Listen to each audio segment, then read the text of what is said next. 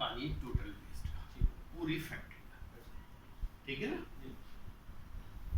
Including आपका process, मतलब इसमें हम कर दे प्रोसेस आ जाएगा सर, इसमें सैनिटरी आ गया, प्रोसेस इसमें आरओज का आ गया, वॉशर्स का आ गया, सिरप रूम का आ गया, तमाम इंक्लूडिंग आपका ह्यूमन कंजप्शन, ठीक है ना, इवन ह्यूमन कंजप्शन नहीं चल रहा ये बेहतर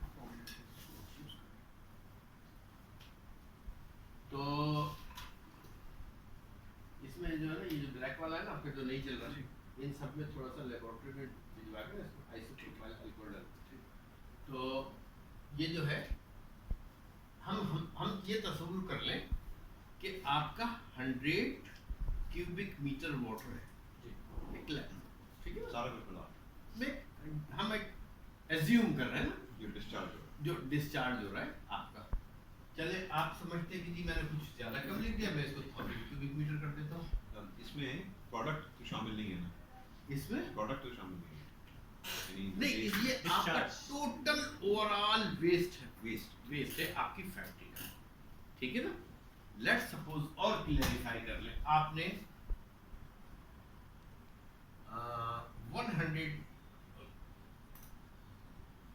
1500 कर ले, चलिए 15 क्यूबिक मीटर पानी आपने लिया जमीन से, एक्सट्रैक्ट कर लिया, ठीक है ना, और 1500 क्यूबिक मीटर में से आपने फर्ज कर लिए 750 क्यूबिक मीटर जो था आपका, आपने ले लिया प्रोडक्शन, सेल हो गया प्रोडक्ट। और इसको ज़्यादा क्लियरिफाई कर लें, 50% हमने ले लिया आपकी प्रोडक्ट और 50% 750 क्यूबिक मीटर आपका वेस्ट है। इसमें आपका बॉयलर जो है वो आपका एक्सटर्नल वाटर ट्रीटमेंट का, आपका इंटरनल वाटर ट्रीटमेंट का, आपकी वॉशिंग, आपकी व्हाटएवर, हम एक एज्यूम कर रहे हैं, ठीक है ना। इसको सर आप पर आवर ले रहे हैं या पर डे ले रहे हैं? हम पर आवर ले लेते, यूनिट डिस्चार्ज के हवाले से पर आवर ले रहे हैं, हम पर आवर ले लेते, ठीक है ना, हमने ले लिया। अब हमें इसको क्या करना है, अब हमें इसको ये देखना है कि हम इसको बाइफरकेट कर देते हैं, ठीक है। 750 में से हम तस्वुर कर लेते हैं कि इनका टोटल 75 क्यूबिक मीटर, हम तस्वुर कर लें कि आपने अपने एक्सटर्नल वाटर ट्रीटमेंट के बाद इंटरनल वाटर ट्रीटमेंट यानी ये बॉयलर पे चला गया, ठीक है। इसकी बात कर रहा हूँ, बराबर है 75, फर्स्ट कर लीजिए 200 क्यूबिक मीटर वाटर आपने ले लिया अपना बॉटल वॉशिंग के लिए, ठीक है ना, और 300 क्यूबिक मीटर वाटर ले लिया आपने अपने आरओस के लिए, यानी जो आरओ रिजेक्शन हम तो, ठीक है ना, ये हो गया। रेस्ट ऑफ द पानी जितना भी था वो आपने इसमें से फर्ज कर लीजिए कि 100 क्यूबिक मीटर पानी आपने अपनी सीआईपी के लिए इस्तेमाल किया, ठीक है। अभी कितना हो गया, 100, 300, 200, 500, ये, ठीक है ना। अच्छा, इसके अलावा आपके पास कूलिंग प्रोसेस तो नहीं है, कूलिंग टावर है, कूलिंग टावर है, चले हम इसमें लगा लें कि 100 क्यूबिक मीटर उन्होंने कंज्यूम कर दिया, ठीक है। यानी I understand कि बाइफरकेशन कर लें जिस एरिया में जितना पानी, जितना पानी आपका निकला। अब मेरा जो आपको कहने का मतलब है कि अब हम फर्ज कर लें कि हमें 750 क्यूबिक मीटर वाटर आपका जो निकला है ये 750, इसको ट्रीट करना है ओवरऑल एक वेस्ट वाटर ट्रीटमेंट प्लांट में ले जाके करना है, जिसकी सीओडी फर्स्ट कर लीजिए 1200 है, और बीओडी फर्स्ट कर लीजिए 280। आपको इसको ट्रीट करना है। अब आप मुझे ये बताइए कि इसको,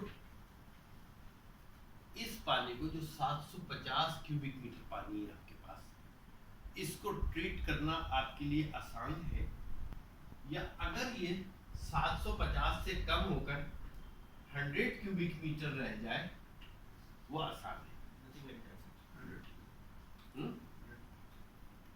100 ऑफ कोर्स आसान जी, मतलब समझ एक्चुअली आपकी सारी कैपेसिटी सब कुछ 7 टाइम्स कम हो जाएगा। हर चीज समझ जाएगी, राइट।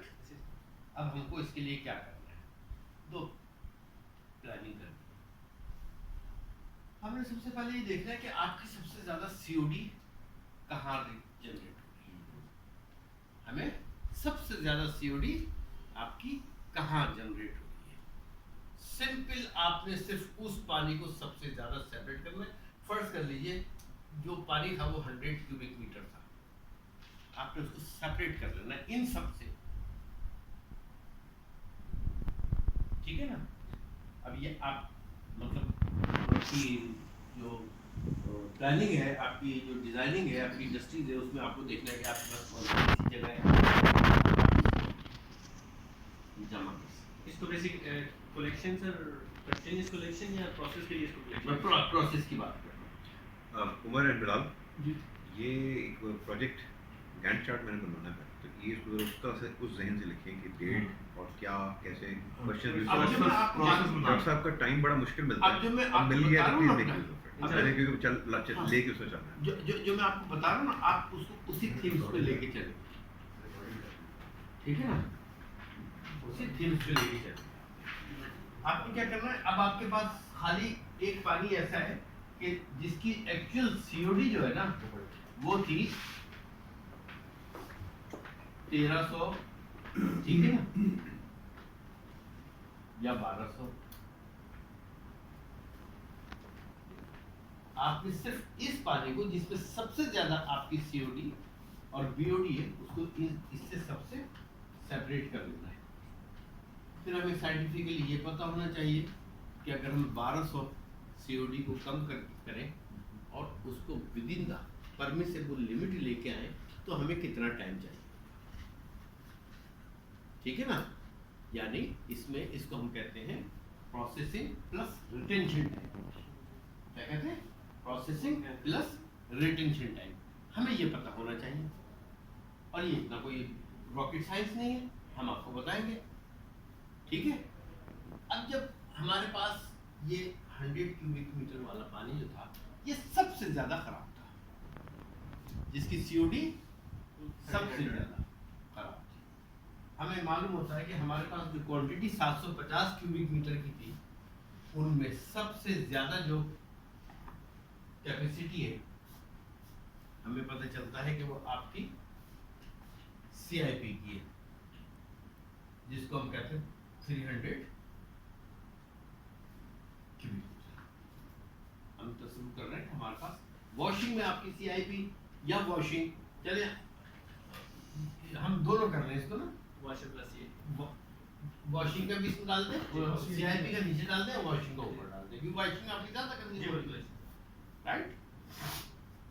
हमें ये देखना है कि आप जो ये वॉशिंग कर रहे हैं इसमें आपके पास क्या क्या चीजें हैं। तो हमें क्या पता चलता है? हमें पता चलता है कि वॉशिंग में आपके पास या तो सोडियम हाइड्रोक्साइड हो सकता जी है, बिल्कुल, कुछ केमिकल्स होंगे, ठीक है ना, या कुछ जो है वो सर्फेक्टेंट्स हो सकता है, जी ये हो सकता है। दो चीजें, ये दो चीजें होती हैं। इसकी वजह से सीओडी होती नहीं है, इसकी वजह से कुछ स्लाइटली होती है, ठीक है ना, क्योंकि इसके अंदर कोई कुछ रिड्यूसिंग एजेंट्स होते हैं। सीओडी होती क्यों है? रिड्यूसिंग एजेंट्स की वजह से होती है, ठीक है ना। रिड्यूसिंग एसिड जो एजेंट्स हैं उसमें सबसे इंपॉर्टेंट आपके जो इस्तेमाल होता है that is citric acid, right. अब आपको ये पता है कि जी हमारे पास ये एक पोर्शन ऐसा था कि जिसमें दो चीजें होती हैं, एक सोडियम हाइड्रोक्साइड और दूसरा सल्फर। ठीक है, लेकिन आपको दूसरी तरफ पता है कि हमारे पास एक ऐसा पानी भी मौजूद है जिसमें हम CIP करते हैं, ठीक है ना। और CIP में क्या चीज होता है, इसमें जमा कर ले सिर्फ नाइट्रिक एसिड, ऐसे ही होता है। अब अगर किसी जगह हम नाइट्रिक एसिड को और सोडियम हाइड्रोक्साइड को मैं मिला दूं तो क्या होगा, acid plus base is salt, ठीक है ना। तो ये जो आपके बॉस है फारूक साहब, उमर फारूक, ये जब ये देखेंगे कि हमारे पास एक तरफ से एसिड आ रहा है, दूसरी तरफ से बेस आ रहा है, दोनों एक दूसरे से मिलकर न्यूट्रलाइज हो जाए, आधी कॉस्ट तो आपकी वहां खत्म, पीएच कंट्रोल कर, आधी कॉस्ट तो आपकी वहां खत्म हो गई कि जहां ये दोनों मिलकर न्यूट्रलाइज। लेकिन सर ये बेसिकली न्यूट्रल एक दूसरे को इन टर्म्स ऑफ पीएच कर रहे हैं। आ जाएंगे ना उसकी वो केमिस्ट्री सबसे इम्पोर्टेंट बात ये है कि रिएक्शन होती है ना। और अब ये क्या हुआ, ये बन गया साल्ट। साल्ट का मतलब ये हो गया कि ये इसकी pH within the permissible limit आ गई, जी जो पानी आप क्या लिमिट है मैक्सिमम, आप इसमें 8.5 तक तो डिस्चार्ज कर सकते हैं ना पानी, ये उससे कम हो गई, ठीक है ना। ना ये एसिडिक रही ना ये बेसिक रही, ये हो गई। रही चीज इसके अंदर दूसरी चीज, ठीक है ना। सर्फेक्टेंट्स में क्या होता है, इसके अंदर होगा या तो ओलिक एसिड, दूसरा होगा सल्फेनिक एसिड, या तीसरी चीज जो होगी इसके अंदर वो होगी ट्राइसोडियम फॉस्फेट। क्या चीज होगी, ट्राइसोडियम फॉस्फेट, ओलिक एसिड और सल्फेनिक एसिड। ये तीन चीजें इसके अंदर होने के इम्कानात सबसे ज्यादा होते हैं। कोई भी सर्फेक्टेंट्स बनता है इन्हीं चीजों से, ठीक है। अब आपने क्या किया कि अब आपको पता है कि जी मुझे ये तीन चीजें ऐसी हैं कि जिनको रिमूव करते हैं। ट्राइसोडियम फॉस्फेट जो हम लिखते हैं ना, हमें पता चलता है कि ये क्या चीज है, ये अल्कलाइन मीडिया है। ये क्या चीज है, ये अल्कलाइन मीडिया है, ठीक है ना। और जो सल्फेनिक एसिड है ये ऑर्गेनिक एसिड है। सल्फेनिक एसिड जो है वो सल्फेनिक एसिड जो है ये क्या चीज है, ये ऑर्गेनिक एसिड है, ठीक है ना। इसको न्यूट्रलाइज करने के लिए आपको कोई वीक अल्कली की जरूरत होगी। किसी भी वीक अल्कली से आप इसको ट्रीट करेंगे तो ये इसका मुख्तसर ये कि ये दो चीजों का जो पानी था आपका, ये इसको आपने सेपरेट किया, इसकी सेपरेट आपने इसकी ट्रीटमेंट की, और जब ट्रीटमेंट किया कर देंगे आप इसकी सेपरेट, तो वो ट्रीटमेंट आपकी इंतहाई सस्ती, इंतहाई आसान और इंतहाई लेस टाइम कंज्यूमिंग होगी। इसमें टाइम भी बहुत ज़्यादा आपको कंज्यूम करने की ज़रूरत नहीं है। इसमें किसी जगह कोई ऐसा प्रोसेस नहीं है कि जिसमें आपको रिटेंशन टाइम देना पड़े। अब सवाल इस बात का है कि जब आप इसको वॉशिंग वाले को इसमें शामिल कर लेते हैं तो आपको पता चलता है जी वॉशिंग वाला हमने इसमें पानी डाला है, तो इस वजह से इसके अंदर कुछ डस्ट पार्टिकल्स भी आते हैं, कुछ डस्ट पार्टिकल भी इसमें आ गए। जाहिर होगी ना, मट्टी तो आएगी कहीं ना कहीं, ठीक वॉशिंग में है। जो प्रोसेस में तो हमें पता चलता है कि इन तीनों चीजों के अलावा इसके अंदर कोई डस्ट पार्टिकल्स भी मौजूद है। अब डस्ट पार्टिकल मौजूद होने के लिए आपको इसके अंदर ये एल्युमिनियम सल्फेट अगर आप इस्तेमाल करेंगे तो आपकी पार्टिकल्स रिमूव हो जाएंगे। दूसरी तरफ ये जो बनाएगा एल्युमिनियम सल्फेट, ये बनाएगा एल्युमिनियम हाइड्रोक्साइड प्लस H2SO4। ये H2SO4 इस ट्राइसोडियम फास्फेट की जो अल्कलिनिटी प्रोड्यूस हुई थी उसको न्यूट्रलाइज कर, यानी ये जो इसकी वजह से पानी की पीएच फर्स्ट कर ले 9 थी, जब ये आप इसके अंदर इस्तेमाल करेंगे तो ये 9 से कम होकर 7.0 से लेकर 7.5 तक हो जाएगी, आपकी परमिसिबल लिमिट आ गई इसकी। अब अगर आप फर्स्ट कर लीजिए कि आपके पास ये एल्यूमिनियम सल्फेट जो आप बाजार से खरीदते हैं कमर्शियली, मेरा ख्याल 40-45 रुपए केजी होती है, अंदाज़न मैं बता रहा हूँ। अगर एल्यूमिनियम बहुत अच्छा हो, 17% एल्यूमिनियम हो, तो मेरा ख्याल है कि वो 40-50, और कमर्शियली खरीदेंगे तो वैसे भी बिजनेसमैन आदमी होता है तो ये सोचता है कि भाई डायरेक्ट फैक्ट्री से खरीदेंगे ना, तो शायद 25-30 रुपए केजी, 25-30 केजी फर्स्ट कर लीजिए, ये इसमें आपकी कंजप्शन आ गई। एक एग्जाम्पल बता दें, मेरा ख्याल है कि शायद 200 से 300 रुपए की, ये एक मैं एज्यूम कर रहा हूँ कि आपको इतना कंजप्शन, इसको और बढ़ा लें आप 200 से 300 के बजाय इसको कर लें 1000 रुपीज,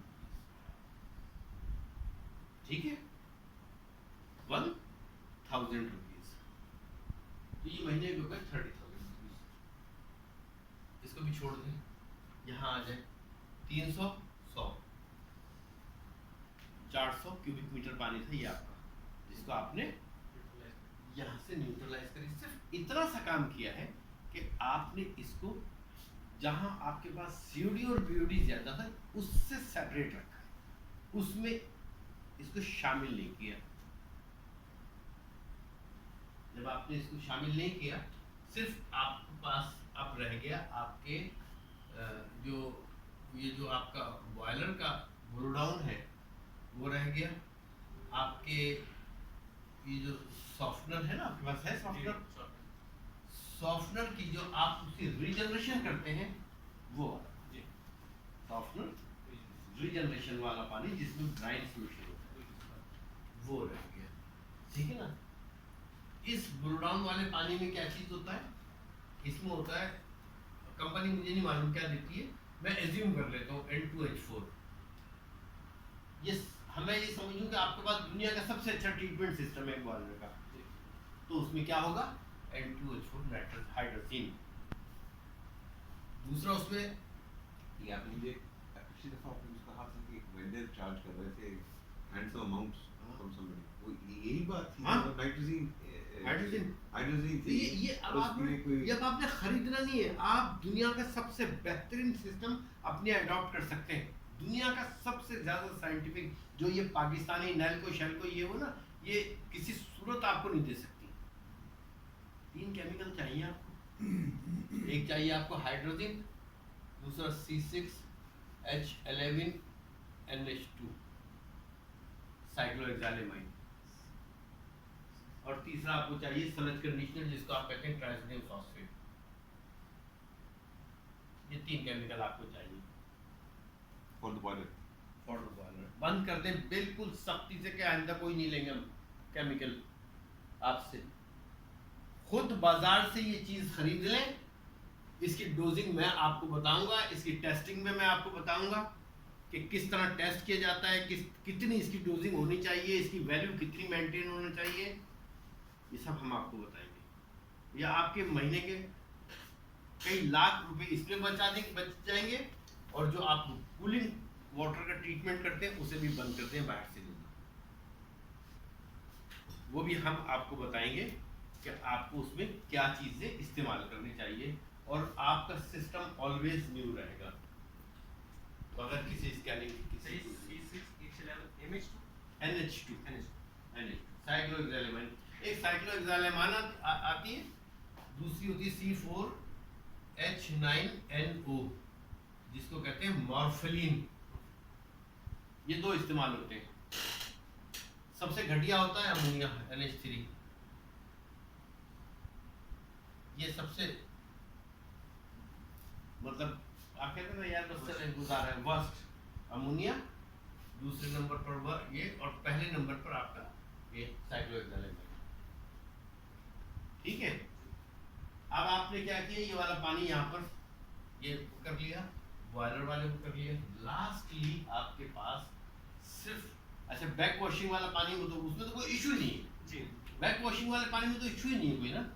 चाहे तो आप उस पानी को, बैक वॉश वाले पानी को भी आप इसमें ला सकते हैं, लेकिन अगर उसको सेपरेट कर लें, एक उस पानी को सेपरेट कर ले, एक ये पानी सेपरेट कर ले, और एक फाइनल जो आपका जिसमें सबसे ज्यादा CO2, इन दो को तो ट्रीट करना इंतहाई आसान है, इंतहाई लो कॉस्ट है, इंतहाई आसान। बैकवॉश वाले में TSS हाई होंगे, तो TSS आई होंगे, और TSS आप इससे रिमूव कर सकते हैं एल्यूमिनियम सल्फेट से, ठीक है ना, बिल्कुल वो वही पानी हो जाएगा जैसा आपका आज, ठीक है, ये हो गया। अब आपका खाली रह गया वो पानी की जिसके अंदर आपके 100 क्यूबिक मीटर पानी, जब आप इस सबको मिलाकर 750 कर देंगे ना, और ये कॉन्ट्रैक्टर हैं तो ये कहेंगे भाई 750 क्यूबिक मीटर पानी आपका ट्रीट करके दूंगा मैं, ठीक है ना, तो ये उसी हिसाब से पैसे मांगेंगे। जब आप इन्हें कहेंगे जी मैंने तो ट्रीट ही आपसे 100 क्यूबिक मीटर कराना है, तो आपके अल्टीमेटली वैसे ही पैसे कम हो गए ना। अब आप ये देखें कि नहीं जी, अगर हमें किसी से कराना ही नहीं है, खुद करना है, तो हमें उसमें क्या चीज़ चाहिए?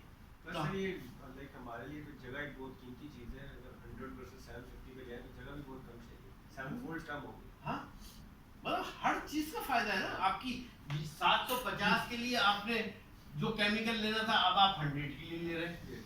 एरिया जितना जहाँ आपको 750 के लिए वॉल्यूम चाहिए था, वहाँ आप 100 के लिए ले रहे कर रहे हैं। तो आसान सा मैथमेटिक्स है, इसमें कौन सी रॉकेट साइंस है? ये जो मैं आपको यहाँ खड़े होकर बता रहा हूँ, ये जितनी भी बड़ी कंपनीज हैं, डेस्कॉन है, ये है, वो है, वो मुझे फोन करके बताते हैं, कहते हैं कि डॉक्टर साहब खुदा का वास्ता क्यों हमारे बिजनेस के पीछे पड़ गए आप लोग। मैं कहता हूँ भाई आप बिजनेस कर रहे हैं पैसा कमाने के लिए, मैं बिजनेस कर रहा हूँ अल्लाह को। बिजनेस होता है जॉब आप क्रिएट करें जहाँ पे बिल्कुल बहुत किसी की बेहतरी है, वो बिजनेस के होते हैं जहाँ पे नई वैल्यू क्रिएट है। यहाँ ये भी कर रहे हैं ना, इधर से लेकर उधर किया, उससे पैसा कमाया, वो गलत था। अच्छा आप ही बताइए, आपको कुछ समझ आई ये बात? सर कुछ चीज़ें आई हैं, वो चेन पूरा लूप भी मेरा क्लोज हुआ, मैं आपसे पूछूंगा भी चीज़ें, मैं इस बार दोबारा मुझे थोड़ी स्लो समझ आती है। सारे आदमी सारे काम थोड़ी कर सकते हैं। सर जो आपकी बात बड़ी सॉरी मैं कहता हूँ, यही बात आपकी सही है। मैं एक्चुअली प्रोजेक्ट मैनेजमेंट बोर्ड में आया हूँ कि ये आप चीज़ें बता देंगे, मैं उनकी टाइमलाइन ले लूँगा और फिर मैं उसके पीछे पड़ जाऊँगा, समझ आए ना आए। इन बच्चों से पूछना दोनों से मैंने, हाँ। मैंने आप दोनों के स्केल मारने बहुत बहुत जोर जोर से बता रहा हूँ।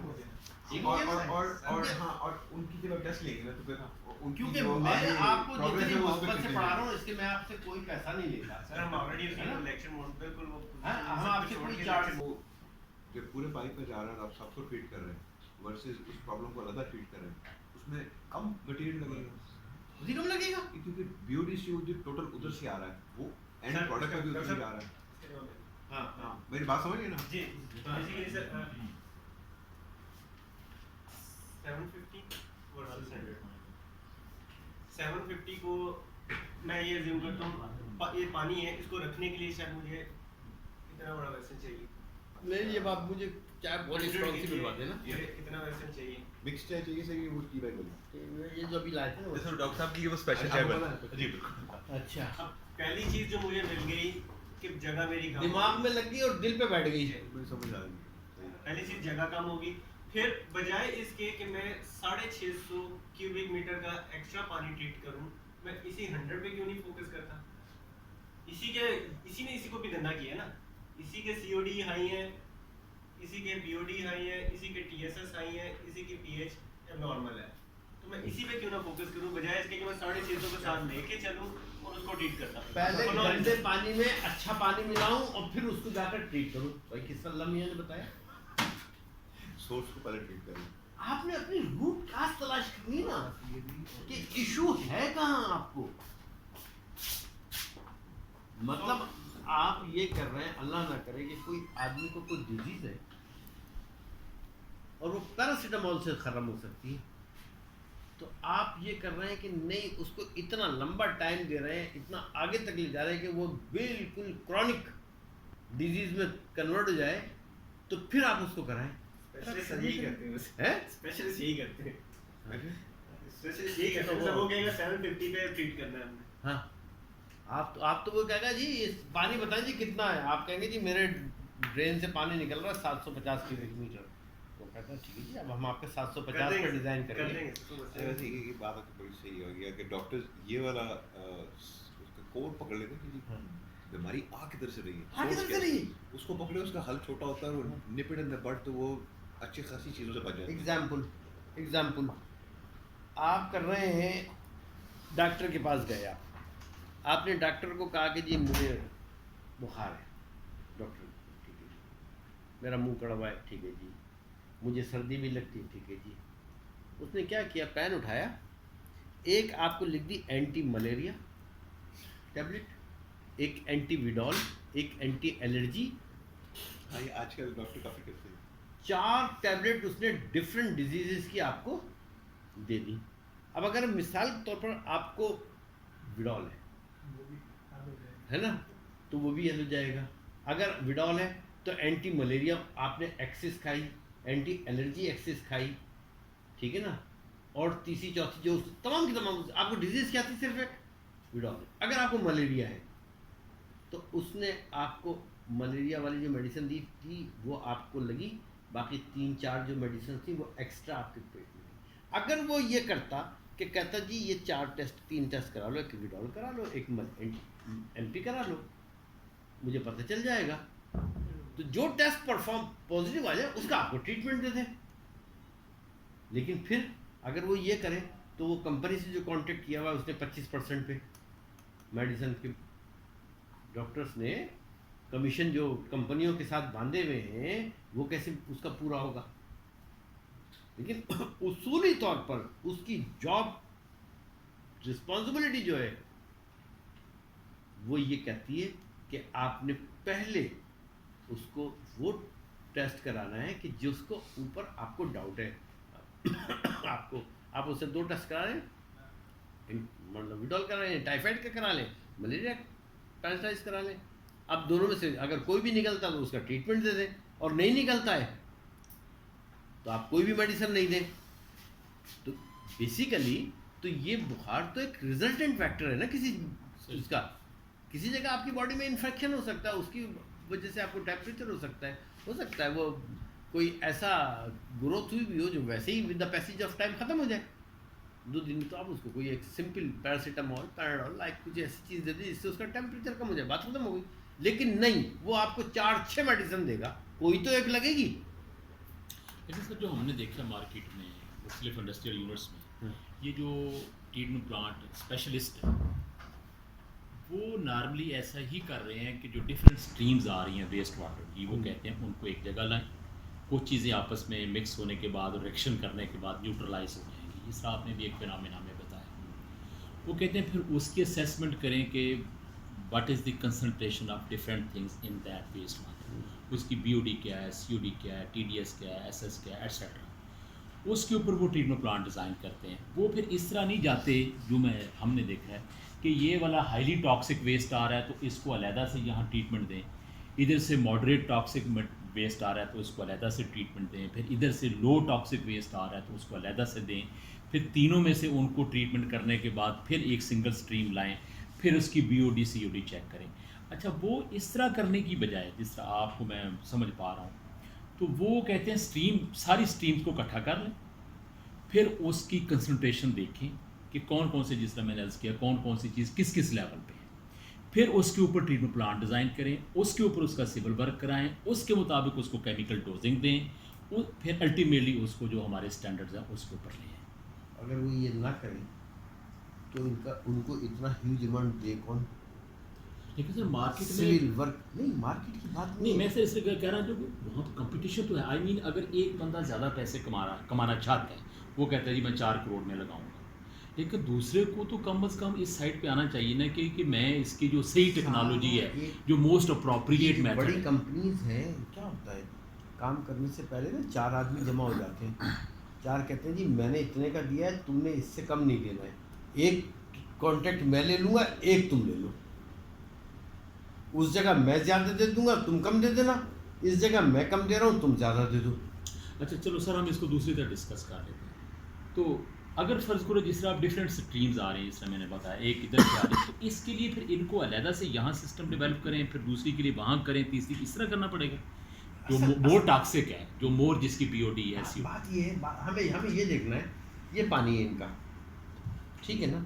इस पानी में अगर इन्होंने निकल डाला ही नहीं है, निकल कहाँ से आएगा? वो तो अगर इसमें कैडमियम डाला ही नहीं है तो कैडमियम कहाँ से आएगा?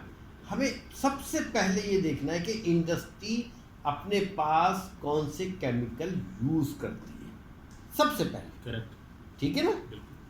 जो केमिकल यूज़ करती है इंडस्ट्री, हमको ये देखना है कि हमको उस जो केमिकल यूज़ किया गया है उसका न्यूट्रलाइजेशन के लिए कौन से केमिकल हमें रिक्वायर्ड है। लेट सपोज इसके अंदर हाइड्रोजन है। हाइड्रोजन का क्या काम है जी? हाइड्रोजन का काम ये है कि हाइड्रोजन को कहते हैं ऑक्सीजन स्कैवेंजर। क्या कहते हैं? Oxygen scavenger. आपने इस पानी को तालाब में भरा, ओपन एटमॉस्फेयर में ये ऑक्सीजन के साथ रिएक्ट करेगी, नाइट्रोजन बन जाएगा और पानी बन जाएगा, बात खत्म हुई। आप समझिए मेरी बात। अब इसमें तो ज़रूरत नहीं है। फर्ज कर लें हाइड्रोजन के बजाय वो सोडियम सल्फाइड इस्तेमाल करते हैं। Sodium sulphide react with oxygen, converted into sodium sulphate, बात खत्म होगी। ठीक है। अब किसी जगह से फर्ज कर लीजिए आप आ रहा है, जैसे मैंने भी बताया, सर्फेक्टेंस आ रहा है। इनके पास वॉशिंग में सबसे ज़्यादा क्या चीज़ होती है? सर्फेक्टेंस होता है, जिसमें ओलिक एसिड होता है, सल्फेमिक एसिड होता है, ट्रांसफर फॉस्फेट होता है, 3 चीज़ें। ठीक है। इन तीनों चीज़ों को सेपरेट रिमूव करना एक टैंक में इंतहाई आसान और इंतहाई कम खर्चा है। सर ये चीज़ें सस्ती तो पड़ सकती हैं, लेकिन मेरी जो फीलिंग है, जो मैं इजाज़त है मुझे सवाल, हाँ कोई नहीं, मतलब मैं जो फील कर रहा हूँ जब तक आपका कंसेप्ट क्लियर नहीं होगा तो फिर आप भी सर इनको एक ऑपरेटर यहाँ बिठाना पड़ेगा इन चीज़ों को हैंडल करने के लिए, दूसरा ऑपरेटर इस स्ट्रीम पे बिठाना पड़ेगा, तीसरा ऑपरेटर तीसरी स्ट्रीम पे बिठाना पड़ेगा। जो आप सर देखिए वेस्ट वाटर तो कंटिन्यूसली आना, बस ऐसा तो है नहीं कि भी थोड़ी अमाउंट हो और ये यहाँ उसको पॉन्डिंग कर लें, उसको इकट्ठा कर लें किसी बड़े कंटेनर में, फिर उसके बाद जो एक ऑपरेटर उन्होंने जो इंजीनियर है वो इसको डिप्यूट किया, वो पहले इसको ट्रीट कर ले अलहदा से, फिर अगले 2 घंटे यहाँ पे स्पेंड कर दे, अगले 2 घंटे यहाँ पे स्पेंड कर ले, इसको केमिकल ट्रीटमेंट दे दे, इसको ट्रीटमेंट दे दे, इसको फिर फाइनली उनको इकट्ठा करके कहीं डिस्पोज ऑफ कर दे। अब इनकी तो स्ट्रीम चल रही है, कंटिन्यूसली चल रही है, तो इधर से भी वेस्ट वाटर की क्वांटिटी आ रही है, इधर से भी आ रही है, इधर से भी आ रही है। या तो फिर 3 बंदे लगाएं, इधर से अलहदा बंदा बैठा हो, केमिस्ट बैठा हो, इंजीनियर बैठा हो, दूसरी पे भी बैठा हो, तीसरी भी बैठा हो, तो इसकी जो फिजिबिलिटी है ना सर, सस्ता तो पड़ जाएगा, इसमें तो मैं आई एग्री कि जो आपकी प्रोसीजर है, जो मेथडोलॉजी आप बता रहे हैं, ये चीज़ इकनॉमिकल तो हो सकती है, लेकिन ऑपरेशनल एंगल से उससे ज़्यादा आसान ऑपरेशनल कॉस्ट है, उससे ज़्यादा।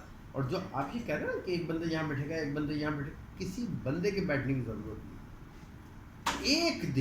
एक दिन बैठ के उसको ये अज्यूम करना है कि भी मैंने आज ये देखना है कि हमारे पास 100 क्यूबिक मीटर पानी आ रहा था, ठीक है ना, और 100 क्यूबिक मीटर की हमने मॉनिटरिंग करनी है और वहाँ पर एक डोजिंग सिस्टम लगाना है, एक प्लास्टिक का डोजिंग टैंक रखा जाएगा, ठीक है, और उस डोजिंग टैंक की डोजिंग सेट की जाएगी। मान लिया सर, लेकिन सर उसके लिए कुछ ना कुछ इंफ्रास्ट्रक्चर तो यहाँ डेवलप करेंगे। मतलब ये जो पानी आ रहा है ना सर, ये जो पानी आ रहा है ना आपके पास, उसके 2 चीज़ें हो सकती हैं। एक क्या चीज़ हो सकती है कि आपने एक प्लास्टिक का 200 लीटर का टैंक रखा, ठीक है ना, उसके अंदर आपने एक सोल्यूशन बना दिया, मुख्तलिफ कंसंट्रेशन डिसाइड करके। फर्ज कर लें आपने पहले बनाया 2 नॉर्मल का, फिर बना दिया 5 नॉर्मल। आपने कहा 2 नॉर्मल का ये जो काम कर रहा है ये करता है 1 घंटे में, 5 नॉर्मल का करेगा 15 मिनट, ठीक है। आपने वो डोज कर दिया और डोज करने के बाद, और कंटिन्यूस डोजिंग है ये हर जगह ये। अब आप क्या समझते हैं, ये जो ट्रीटमेंट प्लांट लगे हुए हैं वहाँ कोई बंदा मुस्तकिल काम कर रहा है? जो अच्छे प्लांट है वहाँ सर बंदा बैठा होता है, जहाँ नहीं है नहीं, मतलब ये जितने भी प्लांट हैं अच्छे हैं, मेजोरिटी ऑटोमेटिक है। वो सिर्फ आपने भी देखा ना, एक प्रोसेस है, उन्होंने जनाब एक डोजिंग उसमें शुरू कर दी है, ठीक है ना, और डोजिंग पंप के जरिए डोजिंग हो रही है और उधर स्प्रे हो रहा है, बात खत्म। और जो वहाँ का आउटपुट है उसमें फॉर एग्जांपल फिश पॉन्ड है, कोई और चीज़ है, दैट इज जस्ट टू सी के एवरीथिंग इज ओके। अगर कोई एम्बिग्यूटी नज़र आती है या कोई ऐसी आउट ऑफ वे चीज़ नज़र आती है, फिर उसके उसमें अगर इन्वॉल्व होना पड़ता है, अदरवाइज कुछ भी नहीं होता। ये इंतहाई आसान है, ये इंतहा अब हमने कितनी जगह इस तरह के हमने रिएक्टर्स उनको बनाकर बता दिए, डिज़ाइन करके दे दिए, यार ये रिएक्टर लगाना। वो कहने लगे यार डॉक्टर साहब ये, मैंने कहा भाई इसमें आपको क्या करना है, इसमें आप 8 घंटे बाद एक दफ़ा पीरियडिक ब्लो डाउन लगाएंगे। आपने पहले तो बंदा डिब्यूट कर दिया यार, 8 घंटे बाद पीरियडिक ब्लो डाउन लगा देना, ये सब कुछ सलज आउट हो जाएगा। फिर आपने सोचा यार आदमी अगर मैं 8 घंटे बाद कहूँगा ना तो अब बंदा तो होता ही है ना, आपको एक आदमी तो रखना ही है ना, एक आदमी तो रखना ही है। अब आपने कहा यार नहीं, एक आदमी का भी और आसान काम ये है कि मैं इसकी ऑटोमेशन कर दूं, यहाँ वाल लगा दूं, इसकी ऑटोमेशन कर दूं और इसकी टाइमिंग सेट कर दूं 8 घंटे। 8 घंटे बाद 15 मिनट और 5 मिनट के लिए या 3 मिनट के लिए इसको ब्लो डाउन कर, वो ऑटोमेटिक ब्लो डाउन हो जाएगा, उसकी ऑटोमेशन कर दें। सारी दुनिया में किसी जगह कोई स्पेशल बंदा डिप्यूट नहीं होता ये है कि उसको एक दफ़ा मॉनिटरिंग करने के लिए 1 हफ्ते मॉनिटरिंग इनको चाहिए। 1 हफ्ते में ये अगर आप भी रोज़ाना मतलब ये सोच के काम करें ना कि यार मैं ये कर लूँ कि यार मुझे पता है कि मेरी गाड़ी जो ना ये इसमें कितने किलोमीटर चल रही है और कितना मुझे इसका वो चाहिए, तो वो आप 2-3 दफ़ा उसको एडजस्टमेंट करेंगे फिर आपको तीसरी चौथी दफ़ा खुद समझ आ जाएगा कि क्या करें। ये इंतहाई चीपेस्ट और आसान तरीन तरीका है। बस क्या फ़र्क है, फ़र्क ये है कि वो इनको कह देंगे कि जी इसका नंबर है DR43, ये केमिकल ख़रीदना है जी आपको। अब DR43 में मुझे मालूम है कि क्या चीज़ है, इनको तो मालूम नहीं है, ये बाउंड है कि ये उससे ख़रीदेंगे। उसको एक कॉन्ट्रैक्ट साइन करना है 5-8 करोड़ का, उसके बाद उनसे ये कहना है कि जी इसके अंदर ये केमिकल चाहिए रोज़ाना डालते। जैसे मैं एग्जांपल आपको दे रहा हूँ ना, मुझे एक बात बताएं आप, ये जो बॉयलर वाला केमिकल ये डालते हैं वो 15 दिन में एक दफ़ा आके टेस्टिंग करता है बंदा 15 दिन में टेस्टिंग करता है। अगर ये केमिकल इसने रोज़ाना 3 लीटर डालने थे, केमिस्ट रखने की ज़रूरत है? वो तो सिक्योरिटी गार्ड को कह दो, वो रोज़ाना ला के डाल देगा, क्या ज़रूरत है केमिस्ट की भाई? सर मैं तो इसलिए ये सवाल छोटे रेस किए कि नहीं बहुत अच्छी बात है। हाँ, मार्केट में सर हम जो देखते हैं वो पता नहीं वाकई वो हाँ ये कोटेशन दें हम, और भी क्योंकि फैक्ट्री से हमारा तो रास्ता रहता है ना, मतलब जहाँ भी जाते हैं यही चीज़ सामने आती है। जिस तरह अभी ये यहाँ की इंतजामिया बता रही है कि बड़े कॉस्टली और जब तक आप लोग खुद फैसिलिटेट नहीं करेंगे, आप कहेंगे भाई मतलब अभी एग्जाम्पल मैं आपको बताऊँ ना,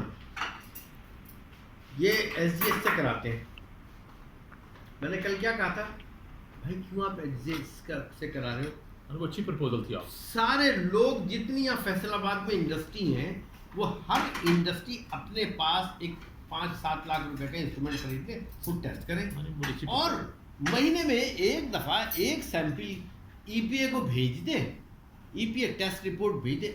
आप किसी चीज़ को वो करते हैं, ऑब्जेक्शन आपको होगा तो सही बात, कोर्ट आपसे कहेगी ना थर्ड पार्टी पे जाओ, बिल्कुल आप कहते हैं जी इनकी ख़राब है वैल्यू, आपने टेस्ट किया तो ख़राब है, कोर्ट कहेगी नहीं जी हम आप जाएं। जब आपको ही आप रेगुलेटिंग अथॉरिटी हैं, आप मॉनिटरिंग अथॉरिटी हैं, आपको ऑब्जेक्शन नहीं है, आपका ज़रूरी मुतमईन है, बात खत्म होगी। क्यों ये 1,20,000 रुपये दें या आपके पास सैंपल भेज दें 20,000 रुपये में आप इनको COD BOD जो पैरामीटर है वो करके दे दें, गवर्नमेंट की ऑर्गेनाइजेशन भी प्रॉपर चलेंगी, बिल्कुल उनको फाइनेंस भी मिल जाएगा और हमारा ये पैसा मुल्क से बाहर जाने से भी बच जाएगा। करेक्ट सर, 2 चीज़ें मैं कहूँ।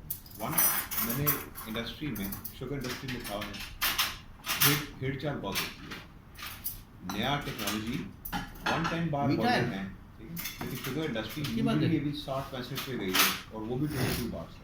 बॉयलर 110 तक क्या मेटलर्जी चेंज हो गई है। इट टुक नोमान जिसकी मैं बात कर रहा था 6-7 years टू गो टू 65 बार। सारी इंडस्ट्री पहले हंसती रही, उसके ऊपर जब उसका काम सक्सेसफुल हो गया तो सारा शिफ्ट कर गया, ठीक है। इस केस के अंदर डॉक्टर साहब की बात है, इट मेक्स सेंस है, ये कह रहे हैं समझ में आती है, जो आप बात कर रहे हैं उसकी हम वैल्यू स्ट्रीम आगे पीछे चेंज करके कर रहे हैं, समझ आ गई। मेरे को क्वेश्चन थे, मैं खुदाना खासा नहीं 100% इनकी बात सही है। मैं तो क्लैरिटी चाह रहा था। देखिए अभी तो मैं बेवरेज में जा रहा हूँ ना, इसके बाद हम और दूसरी इंडस्ट्रीज में जाएंगे, ठीक है ना। हम ये चाहते हैं कि जब तक खुद EPA क्लियर नहीं होगा ये उनको जाके कैसे पकड़ेंगे? आपके सर यूनिट का तो वेस्ट वाटर बहुत लिमिटेड है। मैं तो उनको देखता हूँ ना, जैसे पेपर एंड बोर्ड इंडस्ट्री है एथनॉल जो है जी, और जैसे टैनरीज हैं, टैनरीज का तो एक मुसलसल, जैसे कहते हैं पानी मुसलसल बहाव में जा रहा होता है। अब क्या, जैसे इन्होंने हमें- पल्प हमको एंड खुद पेपर की बात की, नहीं तो प्लेन नहीं चलता। और इसी तरह पेपर एंड बोर्ड इंडस्ट्री को मैं तो उस एंगल से तो इन्होंने देखता हूँ। पल्प एंड हाँ, पेपर की बात की। पल्प एंड पेपर में सबसे इंपॉर्टेंट क्या क्या चीज है? दो तरह की पल्पिंग होती है, एक सल्फाइड पल्पिंग और एक एमाइंस पल्पिंग। ठीक है, दो पल्प होते हैं जब आप पेपर बनाते हैं या बोर्ड बनाते हैं, कोई भी व्हाटएवर। इसके अंदर सबसे इंपॉर्टेंट चीज क्या होती है? इसमें सबसे इंपॉर्टेंट चीज होती है दो, फिनोलिक कंपाउंड और फॉर्मलडिहाइड। ठीक है, ये दो चीजें इस्तेमाल करते हैं। अब अगर आपको ये पता हो कि जी हमारे पानी में दो चीजें, एक टीएसएस बहुत ज्यादा होते हैं क्योंकि पल्प होता है, ठीक है ना, जब वो प्रेस हो रहा होता है तो पानी के साथ वो जो सस्पेंडेड सॉलिड्स हैं वो भी नीचे गिर रहे होते हैं। ठीक है, और दूसरी चीज ये है कि उस पानी के अंदर जो सबसे इंपॉर्टेंट चीज है वो ये है कि उसके अंदर फॉर्मलडिहाइड और फिनोलिक कंपाउंड। उनको रिमूवल का तरीका अगर आपको पता है, आप पूरा काम कर सकते हैं। अगर आप ब्राउन एक वाइट पेपर नहीं बना रहे, उसी पानी को आप बार बार रिसाइकिल करेंगे तो उनकी क्वालिटी 100% ज़्यादा बेहतर हो जाएगी, क्योंकि जितने फिनोलिक कंपाउंड ज़्यादा होते हैं पेपर उतना ज़्यादा अच्छा होता है, जितना फॉर्मलडिहाइड ज़्यादा होगा उतना पेपर अच्छा होगा, उसकी उतनी एमओआर अच्छी होगी, उसकी वाटर एब्जॉर्प्शन जो है वो बेहतर हो जाएगी। सही है ना? लेकिन आपने क्या करना होता है कि वो पानी निकाला, निकालने के बाद आपने उसको वैसे ही बाहर फेंक दिया। उसके अंदर टीएसएस बहुत ज़्यादा होते हैं, उसके अंदर सीओडी, क्योंकि ये जो अब सर हमारी नज़र में वो हैं, जरा सब सही जगह पहुँचे। आपको तो सर हम जो पोल्यूटर्स होते हैं ना, हम तो आपको बहुत नीचे लेते हैं, सीधी सी बात। आपको अगर हम यहाँ बैठे हैं डॉक्टर साहब की वजह से, वो तो आपकी जो वाटर एक्सट्रैक्शन है ना, उस एंगल से ज़्यादा हमारा फोकस है, और हाई कोर्ट का, सुप्रीम कोर्ट का भी उस एंगल से आप लोगों के पास पहले है। अब इसके बाद जो डॉक्टर साहब का एजेंडा है या हमारा एजेंडा है, वो बेसिकली तो वो पोल्यूटर्स है। आप पोल्यूटर्स में उतने ऊपर नहीं है, आप तो बहुत नीचे हैं। आपको तो वाटर एक्सट्रैक्शन और बॉटलिंग में, चूँकि आप एक्वाफर का पानी बहुत ज़्यादा ले रहे हैं जो भी लोग हैं, तो इसलिए पहले यानी आप हमारी लिस्ट में आ गए, डॉक्टर साहब की लिस्ट में पहले आ गए। पोल्यूशन के एंगल से जब हम चलेंगे तो ये सर आप टेक्सटाइल डायंगल प्रिंसिपल को कभी विजिट करें, मैं आपको बताऊं, वहाँ वेस्ट वाटर अब देखें, जो मैं- देखने वाली बात, मैं- वहाँ मैं- हैरान हो मैं- जाए। पेपर एंड बोर्ड मिल को देखें, आप हैरान हो जाए। अब मैं आपको बताऊं, आप मुझे पल्प एंड पेपर का सैंपल ला के दें, आपको मैं 90 मिनट में उसको पानी को ऐसा कर दूंगा कि जैसे आपका बिल्कुल साफ। ठीक है ना? बात क्या है, शुगर इंडस्ट्री में सबसे ज़्यादा पानी की कंजप्शन कहाँ पर है? सबसे ज़्यादा कंजप्शन है शुगर इंडस्ट्री में केन वॉशिंग और दूसरे कूलिंग। ठीक है ना? अब आपने ओवरऑल चैनल बनाया हुआ है, नीचे केन वॉशिंग कर रहे हैं आप, और वो सारा का सारा पानी जाके एक जगह जमा हो रहा है। कूलिंग टैंक दो किस्म के होते हैं, इसमें एक वर्टिकल और एक होता है स्प्रे वन। वर्टिकल वाला जो होता है that uses much less water. वो वैसी होता है। वो जो वर्टिकल होता है ना, उसमें भी दो तरह के होते हैं, एक इंड्यूस ड्राफ्ट होता है, एक फोर्स ड्राफ्ट होता है।